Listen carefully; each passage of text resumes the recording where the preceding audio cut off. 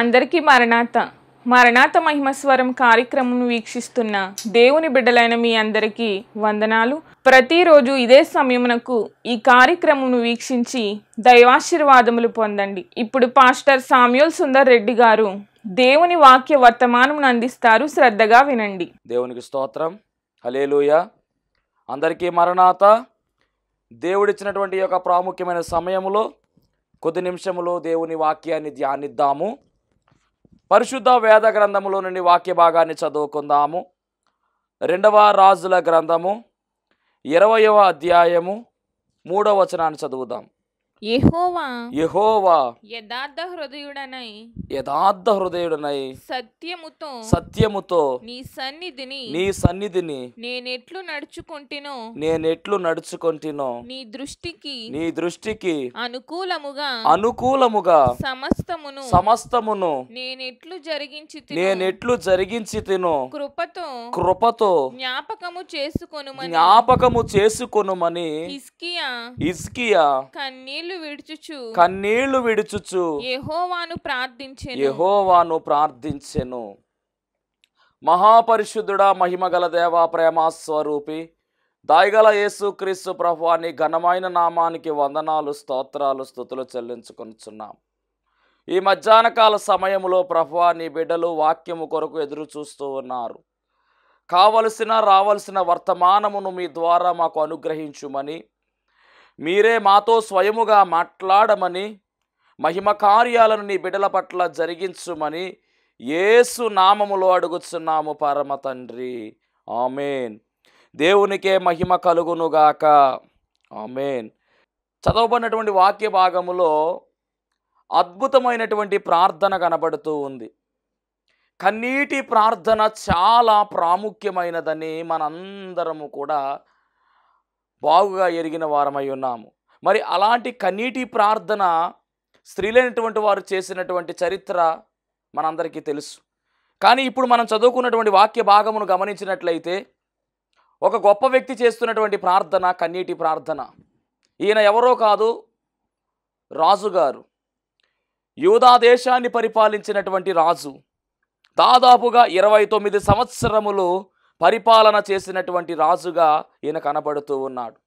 దేవునికి మహిమ కలుగునుగాక. ఈ రాజుగారి పేరేమిటి అంటే కనుక హిజ్కియా అనేటటువంటి రాజు కన్నీటి ప్రార్థన చేస్తూ ఉన్నాడు. కారణం ఏమిటి అంటే కనుక మరణకరమైనటువంటి వ్యాధి ఒకటి వచ్చింది. ఇక మరణానికి సిద్ధమవుతూ ఉన్నాడు. మరణకరమైనటువంటి ఈ వ్యాధి యొక్క వార్తను దేవుడు యెషయా అనేటటువంటి ప్రవక్త ద్వారా పంపించినటువంటి సమాచారం మనం చూస్తూ ఉన్నాం.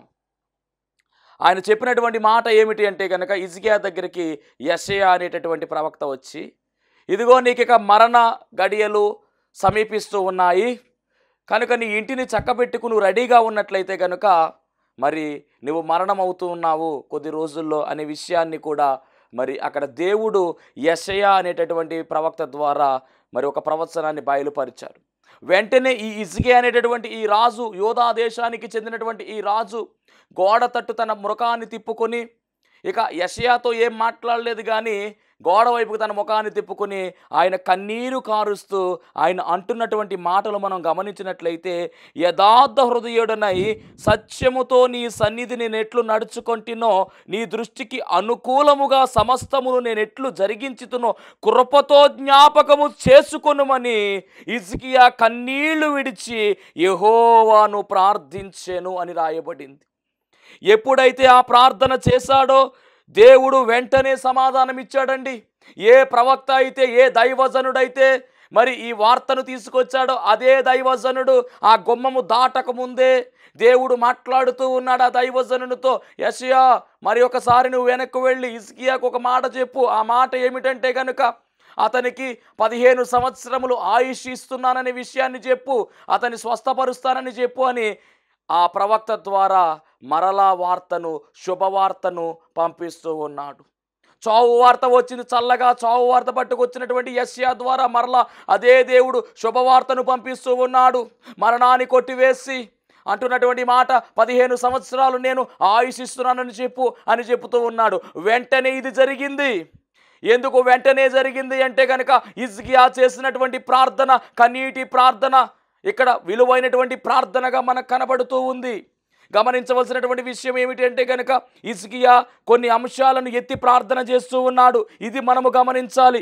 ఆ అంశాలు ఏమిటి అంటే కనుక 23 యెహోవా యథార్థ హృదయుడనై సత్యముతో నీ సన్నిధిని నేను ఎట్లు నడుచుకొంటినో నీ దృష్టికి అనుకూలముగా సమస్తమును నేనెట్లు జరిగించుతున్నో కృపతో జ్ఞాపకము చేసుకొనుము. అయ్యా నేను ఈ పనులు చేశానయ్యా, నువ్వు ఎరిగిన వాడువే కదా, యథార్థ హృదయాన్ని నడుచుకున్నానయ్యా, నీకు తెలుసు కదా నీ సన్నిధి నేను ఎట్లు ఉన్నానో, ఇవన్నీ జ్ఞాపకము చేసుకోవయ్యా అంటూ కన్నీటి ప్రార్థన చేయగా దేవుడు ఆ కన్నీటి ప్రార్థన ఆలకించి ఆయన అంటున్నటువంటి మాట చూద్దాం ఒకసారి. 2వ రాజుల గ్రంథము 20వ అధ్యాయము 5వ వచనము. నీవు తిరిగి నా ప్రజలకు అధిపతి అయిన హిజ్కియా యొద్దకు పోయి అతనితో ఇట్లనుము, నీ పితరుడైన దావీదు నీకు సెలవిచ్చినదేమనగా, నీవు కన్నీళ్లు విడుచుట చూచి తిని నీ ప్రార్థన నేను అంగీకరించి ఉన్నాను. చాలండి, నీ ప్రార్థన నేను అంగీకరించి ఉన్నాను, నీవు కన్నీళ్లు విడుచుట చూచి తిని. వాక్యం వింటున్నటువంటి దైవ జనాంగమా, ఈ అనుభవము నీ జీవితంలో ఉందా అని అడుగుతూ ఉన్నాడు దేవుడు ఈ రోజున. అవును, కన్నీటి ప్రార్థన చాలా ప్రాముఖ్యమైనదని మనము బాగుగా ఎరిగిన వారమే. మరి అలా ఎరిగినటువంటి మనము ఖచ్చితముగా కన్నీటి ప్రార్థన చేయవలసిన వారమై ఉన్నాం. ఒక రాజుగారు చేస్తున్నారు కన్నీటి ప్రార్థన. ఒక రాజుగారు అడుగుతూ ఉన్నారు. ఒక రాజుగారు అంటున్నారు కదా, అయ్యా నన్ను జ్ఞాపకం చేసుకో, నేను చేసినటువంటి పనులను జ్ఞాపకం చేసుకోవయ్యా అంటూ ఆయనకు కన్నీటి ప్రార్థన చేయగా, మరి కన్నీటికి కరిగిపోయేటటువంటి దేవుడు గనుక కన్నీటితో సింహాసనాన్ని మనం కదిలించగలము గనుక ఆయనే స్వయముగా మరి ఒక మాటను సెలవిస్తూ ఉన్నాడు. ఇదిగో నీకు 15 సంవత్సరములు ఆయుష్ ఇస్తున్నానని చెప్పి ఒక శుభవార్తను ఆయనకు ఇచ్చినట్టుగా మనము చూస్తూ ఉన్నాము. గమనించాల్సినటువంటి విషయం ఏమిటంటే హిజ్కియాలో ఉన్నటువంటి గొప్పతనం ఏమిటో, ఎందుకు దేవుణ్ణి జ్ఞాపకము చేసుకోమంటున్నాడో ఈ విషయాన్ని ఈరోజు మనం మాట్లాడుకోబోతూ ఉన్నాం. కన్నీటి ప్రార్థన గురించినటువంటి చరిత్ర మనం బాగుగా ఎరిగిన వారమై ఉన్నాము కనుక ఆ విషయాన్ని ప్రక్కన పెడితే అసలు హిజ్కియాలో ఉన్నటువంటి క్వాలిఫికేషన్స్ ఏంటో మనం గమనించాలి. ఒక రాజుగారు ఈయన ఎలాంటి రాజు అంటే కనుక చాలా గొప్ప రాజు. ఎందుకు అంటే కనుక యూదా దేశాన్ని పరిపాలించినటువంటి రాజులలో 20 మంది రాజులు ఉన్నారు. ఆ 20 మంది రాజుల్లో మరి యథార్థ హృదయము కలిగినటువంటి రాజులు, దేవుడు మెచ్చుకున్నటువంటి రాజులు, దేవుని హృదయాన్ని గెలుచుకునేటువంటి రాజులు కొంతమంది మాత్రమే ఉన్నారు. అదేంటంటే యూదా దేశానికి రాజులు ఏంటి అనుకుంటారేమో. మనము పరిశుద్ధ గ్రంథాన్ని జాగ్రత్తగా గమనించినట్లయితే కనుక మరి ఒకప్పుడు ఈ దేశమంతా కలిసి ఉండేది. ఇశ్రాయేలు ప్రజలు అనేటటువంటి పేరు కలిగినటువంటి వారు దేవుని ఏర్పాటులో యాకోబు యొక్క సంతానం అంతా కలిపి ఏమన్నారు అంటే కనుక 12 గోత్రాల వారిని ఇశ్రాయేలీయులని పిలిచారు. దేవుడు వారిని చక్కగా నడిపించి కనాను దేశంలో వారికి స్వాస్థ్యం ఇచ్చేశాడు. దేవుడు ఇచ్చిన తరువాత వారి మీద న్యాయాధిపతులను దేవుడు ఏర్పాటు చేశాడు. దాదాపుగా 13 మంది న్యాయాధిపతులు పరిపాలన చేసిన తరువాత సమూయేలు కాలములో వారందరూ కూడా కోరుకున్నారు కదా, ఇదిగో మాకు ఇక న్యాయాధిపతులు వద్దు, మాకు రాజు కావాలి. అప్పటి వరకు రాజు ఎవరు అంటే కనుక దేవుడే రాజుగా ఉండేవాడు. అలాంటి రాజుని వారు కాదనుకుని వాళ్ళు అంటున్న మాట ఏమిటంటే, ఇదిగో మాకు రాజు కావాలి అని అడిగారు. అలా అడిగినప్పుడు ఆ ఇశ్రాయేలీయులకు దేవుడు రాజును ఏర్పాటు చేశాడు. అలా వచ్చినటువంటి రాజు ఎవరు అంటే కనుక సౌలు రాజు. దాదాపుగా 40 సంవత్సరాలు పరిపాలన చేశాడు ఈ రాజు. అయిపోయిన తరువాత సౌలు ప్రవర్తన సరిగా లేదు. ఆ తరువాత దేవుడు ఏర్పాటు చేసుకున్నటువంటి మరి ఒక రాజు ఎవరంటే మనం బాగుగా ఎరిగినటువంటి దావీదు గారు. ఈయన కూడా 40 సంవత్సరాలు పరిపాలన చేశారు. ఆ తరువాత మరి ఒక రాజు బయటకు వచ్చారు. అతను ఎవరు అంటే కనుక దావీదు కుమారుడుగా పిలువబడినటువంటి సొలొమోను గారు. అనగా సౌలు 40 సంవత్సరాలు, దావీదు 40 సంవత్సరాలు, సొలొమోను 40 సంవత్సరాలు, 120 సంవత్సరాలు దాదాపుగా ఇశ్రాయేలు రాజ్యాన్ని పరిపాలించిన మహారాజులు ఈ ముగ్గురు కూడా. ఆ తరువాత కాలంలో ఏమి జరిగిందంటే సౌలు గారి యొక్క కుమారుడు పరిపాలన మొదలయ్యింది, రెహబాము. ఆ తరువాత అపోజిషన్గా యెరోబాము వచ్చాడు. మొత్తానికి ఇక్కడ ఏం జరుగుతుందంటే 12 గోత్రాలు కాస్త విడిపోవడం మొదలుపెట్టాయి. 12 గోత్రాల వారిలో 10 గోత్రాలు ఒక పక్కకు వచ్చేసాయి, 2 గోత్రాలు ఒక పక్కకి వెళ్ళిపోయాయి. ఈ 12 గోత్రాలను ఏమన్నారంటే ఉత్తర రాజ్యం అన్నారు. ఈ 12 గోత్రాల ఉత్తర రాజ్యానికి పెట్టిన పేరు ఏమిటంటే ఇశ్రాయేలు రాజ్యము అన్నారు. అలాగే మిగిలినటువంటి 2 గోత్రాలుగా ఉన్నటువంటి ఈ యొక్క రాజ్యానికి పెట్టినటువంటి పేరు ఏమిటంటే కనుక యోధా రాజ్యము అన్నారు, అనగా దక్షిణ రాజ్యము అన్నారు. ఇదేమో యోధా దేశముగాను, అదేమో ఇశ్రాయేలు దేశముగాను 10 గోత్రాలు ఉన్నటువంటి ఈ దేశాన్ని ఇశ్రాయేలు దేశము అన్నారు. దీనిని పరిపాలించినటువంటి రాజు ఎవరు అంటే కనుక యెరోబాము. అలాగే 2 గోత్రాలతో ఉన్నటువంటి ఈ యొక్క యోధా రాజ్యాన్ని పరిపాలించిన, దక్షిణ రాజ్యాన్ని పరిపాలించిన రాజు ఎవరు అంటే కనుక రెహబాము. రెహబాము కాలములో 2 వర్గాలుగా 2 దేశాలుగా విడిపోయినవి. ఇశ్రాయేలు దేశము యోధా దేశముగా విడిపోయాయి. ఇశ్రాయేలీలకు రాజులు ఉన్నారు. వారి సంఖ్య చూసినట్లయితే 19 మంది రాజులు. కానీ ఏ ఒక్క రాజు కూడా దేవునికి విధేయత చూపించకుండా, వారి యొక్క విధానములో దేవుని హెచ్చించకుండా, దేవుని గణపరచకుండా విగ్రహారాధనలోనికి వెళ్ళిపోయినటువంటి వారుగా మనకు కనబడుతూ ఉన్నారు. వారు 10 గోత్రాలు ఉన్న ఇశ్రాయేలు రాజ్యములో, కానీ యోధా రాజ్యములో 2 గోత్రాలు మాత్రమే ఉన్నాయి. ఆ 2 గోత్రాలు మనం గమనించినట్లయితే యోధా గోత్రము, బెన్యామీను గోత్రము. దీనిని పరిపాలించిన రాజులు ఎంతమంది అంటే కనుక దాదాపుగా 20 మంది. అనగా మొత్తానికి మనం గమనించినట్లయితే వీళ్ళు 20 మంది, వీళ్ళు 19 మంది లెక్కేసుకుంటే 39 మంది రాజులు విడిపోయిన తర్వాత పరిపాలించారు. పైన ఉన్నటువంటి రాజులు దాదాపుగా వాళ్ళు 3, అనగా 39, 42 మంది రాజుల పరిపాలన పరిశుద్ధ గ్రంథములో మనము చూడవచ్చు.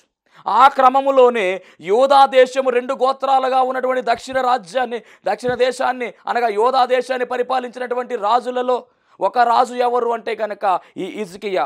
ఇతను ఎన్నవ రాజు అంటే 13వ రాజుగా మనకు పరిశుద్ధ గ్రంథము చెబుతా ఉంది. హిజ్కియాకు ఒక చరిత్ర ఉంది, హిజ్కియాకు ఒక రికార్డు ఉంది. హిజ్కియా గురించి పరిశుద్ధ గ్రంథములో 11 అధ్యాయాల్లో దేవుడు రాయించడం జరిగింది. దేవునికి మహిమ కలుగును గాక. చాలా పెద్ద చరిత్ర. ఒక మాటలో చెప్పాలి అంటే కనుక హిజ్కియా యొక్క ప్రవక్తన చాలా గొప్ప ప్రవక్తన, యథార్థమైనటువంటి ప్రవక్తన కలిగిన వాడు, యథార్థముగా ప్రవర్తించినటువంటి రాజు, దేవునికి ఇష్టడుగా మారిపోయినటువంటి రాజు. గనుకనే ఇతని ప్రార్థన దేవుడు అంగీకరించి అతనికి ఆయుష్ను పెంచినట్టుగా పరిశుద్ధ గ్రంథములో మనము చూడవచ్చు. అంతలా పరిపాలించాడంటే చాలా చక్కని పరిపాలన చేశాడండి. ఇతని గురించినటువంటి చరిత్రను మనం గమనించినట్లయితే కనుక ఇతని తండ్రి గారి పేరు అహాజు, తల్లిగారి పేరు అబియా అనేటటువంటి మాట మనము చూడొచ్చు. 2వ దినవృత్తాంతాల గ్రంథము 29వ అధ్యాయము 1వ వచనం చదువుదాం. 2వ దినవృత్తాంతాల గ్రంథము 29వ అధ్యాయం 1వ వచనం. హిజ్కియా ఏలనారంభించినప్పుడు 25 ఏండ్ల వాడై 29 సంవత్సరములు యెరూషలేములో ఏలెను. అతని తల్లి జకర్యా కుమార్తె, ఆమె పేరు అబియా. అతడు తన పితరుడగు దావీదు చర్య అంతటి ప్రకారము యెహోవా దృష్టికి యథార్థముగా ప్రవర్తించెను అనే మాట అక్కడ కనబడుతూ ఉంది. తండ్రి గారి పేరు అహాజు. ముందు తరములో చూసినట్లయితే ఈ అహాజు పరిపాలన సరిగా లేదు అనేటువంటి మాట కూడా మనము చూడవచ్చు. కానీ హిజ్కియా గురించి అంటే దేవుడు చక్కని సాక్ష్యం ఇచ్చాడు. ముందు నేను ఆ సాక్ష్యాన్ని నేను పంచుకోవాలని ఆశపడుతూ ఉన్నాను. చదువుదాం అతని గురించి దేవుడిచ్చినటువంటి సాక్ష్యాన్ని. 2వ దినవృత్తాంతాల గ్రంథము 29వ అధ్యాయం 2వ వచనం. అతడు తన పితరుడగు దావీదు చర్య అంతటి ప్రకారము యెహోవా దృష్టికి యథార్థముగా ప్రవర్తించెను. అతడు చాలండి. యెహోవా దృష్టికి యథార్థముగా ప్రవర్తించినటువంటి వాడుగా ఈయన కనబడుతూ ఉన్నాడు.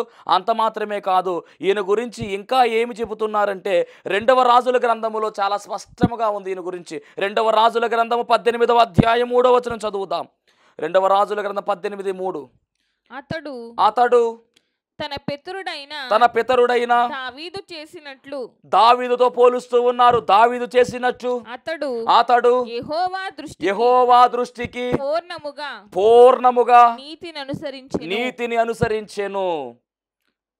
దేవునికి మహిమ కలుగును గాక. యెహోవా దృష్టికి పూర్ణముగా నీతిని అనుసరించిన వాడుగా కనబడుతూ ఉన్నాడు. అంత మాత్రమే కాదండి, ఈయనకి దేవుడిచ్చినటువంటి గొప్ప బిరుదు 5వ వచనంలో చూద్దాం. 2వ రాజుల గ్రంథం 18:5లో రాయబడింది. అతడు ఇశ్రాయేలీయుల దేవుడైన యెహోవాయందు విశ్వాసముంచినవాడు. అతని తరువాత వచ్చిన యూదా రాజులలోను అతని పూర్వీకులైన రాజులలోను అతనితో అతనితో సమమైన సమమైన వాడు వాడు ఒకడును ఒకడును లేడు. అదండి ఈయనకున్నటువంటి స్ట్రాటజీ.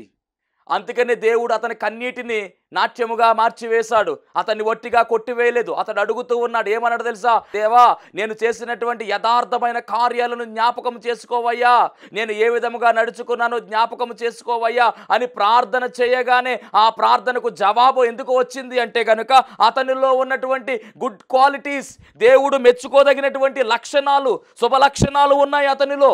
అందుకే అంటున్నాడు కదా, దేవుడే స్వయంగా చెప్తున్నటువంటి మాట ఏమిటంటే అతనితో సమానమైన వాడు ఒకడునూ లేడు. ముందు తరాల్లో లేడు, తర్వాత తరాల్లో లేడట. అంటే హిజ్కియాకు ఒక నెంబరింగ్ ఇచ్చాడు దేవుడు, ఒక స్ట్రాటజీ ఇచ్చాడు, ఒక గుర్తింపు ఇచ్చాడు. ఆ గుర్తింపు ఏంటంటే హిజ్కియా లాంటి రాజు, అతనితో సమానమైన వాడు ఎవ్వరూ లేరు. అది హిజ్కియాకు ఉన్నటువంటి క్వాలిటీ. అతడు యెహోవాతో హత్తుకొని ఆయనను వెంబడించుటలో వెనుక తీయక ఆయన మోషేకు ఆజ్ఞాపించిన ఆజ్ఞలన్నిటినీ గాయకొనుచుండెను. అలా గాయకొంటున్నాడు కాబట్టే దేవుడంట యెహోవా అతనికి తోడుగా ఉండెను. దేవుడు తోడుగా ఉన్నట్లయితే గనక, ఒక వ్యక్తికి దేవుడు తోడుగా ఉంటే అతడు ఖచ్చితముగా ఆశీర్వదించబడతాడనే మాట మనం బాగుగా ఎరిగిన వారమై ఉన్నాం. ఇస్సాకుకు దేవుడు తోడుగా ఉన్నాడు గనుకనే ఇస్సాకు విత్తనము వేయగా 100 రెట్లు పంట ఆయన చేతికొచ్చింది. కాబట్టి ఇక్కడ హిజ్కియాకు దేవుడు ఎందుకు తోడుగా ఉన్నాడంటే ఆయన యథార్థముగా ప్రవర్తించాడు. ప్రవక్తన విషయంలో యథార్థమైన ప్రవక్తన కలిగిన వాడు హిజ్కియా. అలాగే దేవుడు ఇచ్చినటువంటి ఆజ్ఞలను గైకొన్నవాడుగా కనబడుతూ ఉన్నాడు. గనుకనే ఇట్టి విజయాన్ని ఈయన సాధించాడు. దేవుని ద్వారా అద్భుతమైన సాక్ష్యాన్ని పొందుకున్నాడు. వాక్యం వింటున్నటువంటి దైవ జనాంగమా, మరి మీకు ఇలాంటి సాక్ష్యము ఉందా అని అడుగుతున్నాడు దేవుడు ఈ రోజున. యథార్థమైనటువంటి ప్రవక్తను మనం కలిగి ఉండాలి. యథార్థమైన హృదయం మనం కలిగి ఉండాలి. దావీదు వలె యథార్థమైన హృదయం మనం కలిగి ఉండాలి. హిజ్కియా వలె యథార్థమైన హృదయం మనం కలిగి ఉండాలి. అంత మాత్రమే కాదు, దేవుడు మనకు తోడై ఉండాలి అంటే కనుక ఖచ్చితముగా మనము దేవుని హత్తుకొని మనం ముందుకు సాగవలసిన వారమై ఉన్నాము. రాజులు అనేక మంది ఉన్నారు. ఆ రాజుల్లో హిజ్కియా యొక్క స్థాయి వేరు. ఎందుకు అంటే కనుక మరి దేవుని హత్తుకొని ఆయన ఆజ్ఞలను వెంబడిస్తూ యథార్థముగా జీవించినటువంటి రాజు, అతనితో సమానమైనటువంటి వారు ఎవ్వరూ లేరు అనేటటువంటి గొప్ప సాక్ష్యాన్ని పొందుకున్న వాడే ఈ హిజ్కియా అనే విషయాన్ని ప్రభువు పేర మీకు తెలియజేస్తూ ఉన్నాను. దేవుని మహిమ కలుగునుగాక. మరి ఇలాంటి అద్భుతమైనటువంటి సాక్ష్యము కలిగినటువంటి ఈ హిజ్కియా రాజు యొక్క పరిపాలన, మరి కొన్ని విషయాలు మనము చూద్దాం. ఆయన పరిపాలన ఎలా ఉందో మనము చూడవలసిన వారమై ఉన్నాము. అసలు ముందుగా హిజ్కియా అనేటటువంటి పేరుకు అర్థము ఏమిటి అంటే యెహోవాయే నా బలము, యెహోవాయే నా బలము అనేటటువంటి పేరు కలిగిన వారే ఈ హిజ్కియా. హిజ్కియా తండ్రి గారి పేరు ఆహాజు అని, తల్లి గారి పేరు అబియా అనేటటువంటి విషయాన్ని మనం ముందుగానే తెలుసుకున్నాం. 29వ సంవత్సరములో రాజయ్యాడు. 25వ సంవత్సరం రాజయ్యి 29 సంవత్సరాలు పరిపాలన చేసినటువంటి వాడుగా ఈయన కనబడుతూ ఉన్నాడు. ఈయన గురించినటువంటి లక్షణాలు మనం గమనించినట్లయితేనండి, నిజంగా మొట్టమొదటిగా రాజు అయిన వెంటనే ఈయన చేసినటువంటి తొలి సంతకాన్ని చూద్దాం ఒకసారి. అంటే రాజు అయిపోయిన తర్వాత, ఆహాజు తండ్రి గారు చనిపోయిన తర్వాత రాజు అయిపోయాడు. రాజు అయిపోయిన తర్వాత మొదటి ఫైల్ ఏంటి, ఈయన సంతకం పెట్టినటువంటి మొదటి ఫైల్ ఏంటో చూద్దాం ఒకసారి. అంటే మన భాషలో చెప్పాలంటే కనుక 2వ దినవృత్తాంతాల గ్రంథము 29వ అధ్యాయము 3వ వచనం. హిజ్కియాలో ఉన్నటువంటి గుడ్ క్వాలిటీస్. అతడు తన ఏలుబడి యందు మొదటి సంవత్సరము మొదటి నెలను యెహోవా మందిరపు తలుపులను తెరచి వాటిని బాగు చేసెను. ఏమండి, మొదటి నెల మొదటి రోజు మొదటి సైన్ ఏమిటంటే కనుక, మొదటి సంతకం ఏమిటంటే దేవుని మందిరాన్ని తెరవాలనుకున్నాడు. మూత వేయబడిన మందిరాన్ని ఓపెన్ చేయాలని అడుగు ముందుకు వేశాడు. మందిరం యొక్క తలుపులను తెరిచాడు. అదేంటండి, మందిరం యొక్క తలుపులు మూసారా అంటే అవునండి, మందిరము మూత వేయబడిందండి ఒక సందర్భంలో. ఆ మూత వేయించింది ఎవరో కాదు, ఈ హిజ్కియా యొక్క తండ్రి గారే మూయించేశాడు ఒక సందర్భంలో. అతను ఎవరు అంటే కనుక హిజ్కియా యొక్క తండ్రి గారి పేరు మనందరికీ బాగా తెలుసు, ఆహాజు. ఇతనే మూయించాడు తలుపులు. ఆ వాక్యం కూడా మీకు చూపిస్తాను, చదువుదాం. 2వ దినవృత్తాంతాల గ్రంథము 28వ అధ్యాయము 24వ వచనం చూడండి.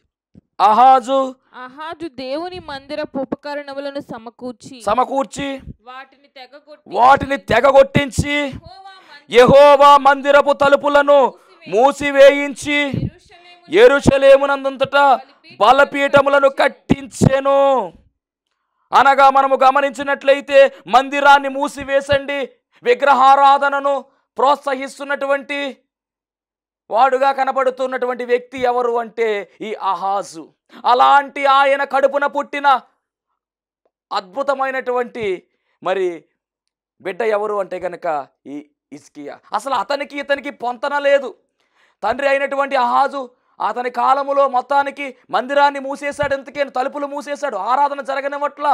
కానీ బయట బలిపీఠాలను కట్టిస్తున్నాడు, విగ్రహారాధనను ప్రోత్సహిస్తూ ఉన్నాడు. ఎవరు అంటే ఈ ఆహాజు. మరి అప్పుడు మూత వేయబడింది ఆ కాలంలోనే. 29:7 మనం గమనించినట్లయితే అక్కడ చెబుతూ ఉన్నారు ఏమేం జరిగిందో. మరియు వారు మంటపము యొక్క ద్వారములను మూసివేసి దీపములను ఆర్పివేసి మందిరము మూత వేయడం మాత్రమే కాదండి, నిత్యము ధూపము వేయాలి, నిత్యము దీపము వెలగాలి. దీపాన్ని ఆర్పేశారు, ఒక పక్కన ధూపము వేయటం లేదు. అంత మాత్రమే కాదు, పరిశుద్ధ స్థలమందు ఇశ్రాయేలు దేవునికి ధూపము వేయకయు దహన బలులను అర్పింపకయు ఉండిరి. అందుకని ఏం జరిగింది అక్కడ? అందుచేత యెహోవా యోధా వారి మీదను యెరూషలేము కాపురస్తుల మీదను కోపించి మీరు కన్నులారా చూచున్నట్లుగా వారిని ఆయన భీతికిని భీతికిని విస్మయమునకును నిందకును ఆస్పదముగా చేసెను. మొత్తం మీద ఎప్పుడైతే మందిరము మూత వేయబడిందో, మందిరములో ధూపము వేయడము లేదు, దీపము వెలగడము లేదు, అన్నీ ఆర్పేశారు. అంత మాత్రమే కాదు, బలిపీఠం మీద బలి వెళ్ళడం లేదు. ఇవన్నీ కూడా దేవునికి హేయముగా కనబడతా ఉన్నాయి. అందుకని దేవుని యొక్క ఉగ్రత వారి మీదకి వస్తూ ఉంది. ఏ కాలము అంటే కనుక వీరు తండ్రి గారి కాలములో, అనగా హిజ్కియా యొక్క రాజు గారి యొక్క తండ్రి గారు ఆహాజు గారి యొక్క కాలములో ఇదంతా జరుగుతూ ఉంది. ఈ విషయాలన్నీ కూడా జ్ఞాపకం చేస్తూ ఉన్నారు. ఎవరు అంటే హిజ్కియా గారే. 6వ వచనం చదవండి ఒకసారి, 29:6. మన పితరులు ద్రోహులై మన దేవుడైన యెహోవా దృష్టికి చెడు నడతలు నడిచి ఆయన విసర్జించి ఆయన నివాసమును పెడముఖము పెట్టుకుని దానిని అలక్ష్యము చేశారు. ఆ నివాసము ఏమిటంటే గనక మందిరాన్ని అలక్ష్యం చేసిన వారుగా ఉన్నారంటండి. అనగా ఈయన హిజ్కియా రాజు గారి యొక్క తండ్రి గారి తరమంతా కూడా ఎలాగుందంటే గనక దేవుని లక్ష్య పెట్టక, మందిరాన్ని లక్ష్య పెట్టక, మందిరము తలుపులు మూసేసి ప్రార్థనలు చేయకుండా, దీపమును ఆర్పేసి, బలిపీఠం మీద బలి ఇవ్వకుండా వారు కాలాన్ని వెళ్ళబుచ్చినట్టుగా మనము చూస్తూ ఉన్నాము. మరి దేవుడు ఊరుకుంటాడంటే వారికి శిక్షను విధించినట్టుగా కనబడతా ఉంది.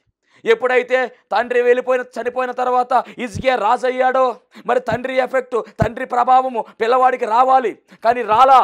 ఈ పిల్లవాడు అనగా హిజ్కియా రాజు మరి చక్కని పర్ఫెక్ట్ మ్యాన్గా బయటకు వచ్చాడు. అద్భుతమైనటువంటి పని చేస్తూ ఉన్నాడు. రాజు అయిపోయిన వెంటనే మొట్టమొదటిగా డిసైడ్ అయిపోయాడు. ఏమి డిసైడ్ అయ్యాడంటే కనుక మొదటి సంతకం పెట్టాలి. దేని మీద పెట్టాలి అంటే, ఏదైతే మూత వేయబడిందో, నా తండ్రి మందిరాన్ని మూసివేశాడు కనుక ఆ మందిరాన్ని నేను తెరవాలి. అది అపవిత్రమైపోతా ఉంది కనుక ఆ అపవిత్రమైపోయిన దాన్ని పవిత్రపరచి మరలా దాంట్లో ధూపం వేయాలి, దీపం వెలగాలి, దాంట్లో ఖచ్చితంగా బలిపీఠం మీద బలి అర్పించాలి, ఖచ్చితంగా అక్కడ ఆరాధన జరగాలి అనేటటువంటి ఆలోచన కలిగి మొట్టమొదటి సంతకాన్ని ఎక్కడ పెట్టాడంటే కనుక మందిరము తలుపులు తెరవాలని చెప్పి ఆయన పెట్టడం జరిగింది. అదండి హిజ్కియా రాజులో ఉన్నటువంటి గొప్పతనం. మహోన్నతునికి వందనాలు, స్తోత్రాలు, స్తుతులు చెల్లించుకొంచున్నాము. ఇదిగో తండ్రి, హిజ్కియా రాజులో ఉన్నటువంటి అద్భుతమైనటువంటి లక్షణాలు ప్రభువా నాయన మేము కూడా కలిగి నాయనా, ఇదిగో తండ్రి, గొప్ప సాక్ష్యము పొందుకునే ధన్యత నీ బిడ్డలకును మాకును అనుగ్రహించుమని మా కొరకు త్వరగా రానయ్యున్న యేసుక్రీస్తు వారి నామములో అడిగి వేడుకొనుచున్నాము పరమ తండ్రి. ఆమేన్. అందరికీ మరణాత. అయ్యగారికి అమ్మగారికి మన్నట్లండి. సంఘ దవాదాలు వచ్చిన బిడ్డలందరికీ సన్నాండి. మా మనవరాల విషయంలో అండి, పెళ్ళై 3 సంవత్సరాలు అయిందండి. గర్భిణీ రాలేదని నేను ప్రార్థన చేయించుకునేదాన్ని. మామయ్య గారి చేత అమ్మగారి చేత ప్రార్థన చేయించేదాన్ని. తర్వాత గర్భిణీ వచ్చిందండి. ఏం బిడ్డ కావాలని అడిగారు. మాకు బిడ్డ, ఆడబిడ్డ అన్నారు. ఏదైనా పర్వాలేదండి అన్నాం. అయితే అందమైన బిడ్డని, ఆరోగ్యమైన బిడ్డని ఇమ్మని ప్రార్థన చేస్తామని అంశం రాయించారండి. అని బిడ్డకి బాగానే వచ్చిందండి. డెలివరీ అయింది. ఆపరేషన్ చేయించిన 3 రోజులకి చాలా ప్రమాదం అయిందండి. అయ్యగారు అమ్మగారు ప్రార్థన చేసి సంఘం అందరూ ప్రార్థన చేశారు. తర్వాత బాగానే ఉన్నారండి. చిన్న సాక్ష్యం దేవుడి గురించి. వీరి శాలకు వచ్చి అంశం పెట్టుకొనగా దేవుడు గర్భం తెరిచి చక్కని ఆడబిడ్డను వీరికి దానముగా దయచేశారు. అలాగే ఆపరేషన్ అయిన తర్వాత ఎంతో సీరియస్ అయింది. ఆ తర్వాత కూడా దేవుడు స్వస్థత కార్యము జరిగించి బిడ్డను క్షేమంగా వీరికి ఇచ్చి ఉన్నారు. ఈ సాక్ష్యం దేవుడు దీవించును గాక. మరణాత మహిమస్వరం అనేటటువంటి ఆధ్యాత్మిక టీవీ కార్యక్రమాన్ని వీక్షిస్తున్నటువంటి మీ అందరికీ కూడా నా ప్రత్యేకమైన వందన మరణాత తెలియజేస్తూ ఉన్నాను. దేవుడు అనుగ్రహించినటువంటి ఈ కార్యక్రమం ద్వారా మీరందరూ కూడా ఎన్నో మేలులు పొందుకున్నట్టుగా మరి మేము వింటూ ఉన్నాము. అందరూ కూడా ఫోన్ కాల్ చేస్తూ ఉన్నారు. ప్రార్థన అవసరతలో ఉన్న వారందరూ కూడా ఫోన్ చేసి ప్రార్థన చేయించుకుంటున్నారు. చాలా సంతోషము. అందరూ కూడా మేలు పొందుకున్నట్టుగా మరి మీరు తెలియజేసిన సమాచారం బట్టి మేము చాలా సంతోషిస్తూ ఉన్నాము. ఈరోజు ఒక ప్రత్యేకమైనటువంటి అంశాన్ని మీతో మాట్లాడాలని నేను మీ ముందుకు వచ్చి ఉన్నాను. అదేమిటంటే, దేవుడు తన మహాకృపను బట్టి సేవా పిలుపు నాకు ఇచ్చి అన్నిటినీ విడిచిపెట్టి తను రమ్మనడం జరిగింది. మరి ఆయన ఇచ్చినటువంటి పిలుపును అంగీకరించి ఆయన సేవకు నేను వ్యాపారాన్ని గట్ట అన్ని విడిచిపెట్టి వచ్చాను. ఆ వచ్చినది మొదలుకొని ఈ దినం వరకు చక్కని సేవా పరిచర్యను దేవుడు జరిగించుకుంటూ ఉన్నాడు. చూస్తున్నటువంటి ఈ యొక్క ఈ షెడ్లో మేము ప్రతి శనివారం కూడా స్వస్థత ప్రార్థనలు అనగా శాల కార్యక్రమాన్ని జరిగిస్తూ ఉన్నాము.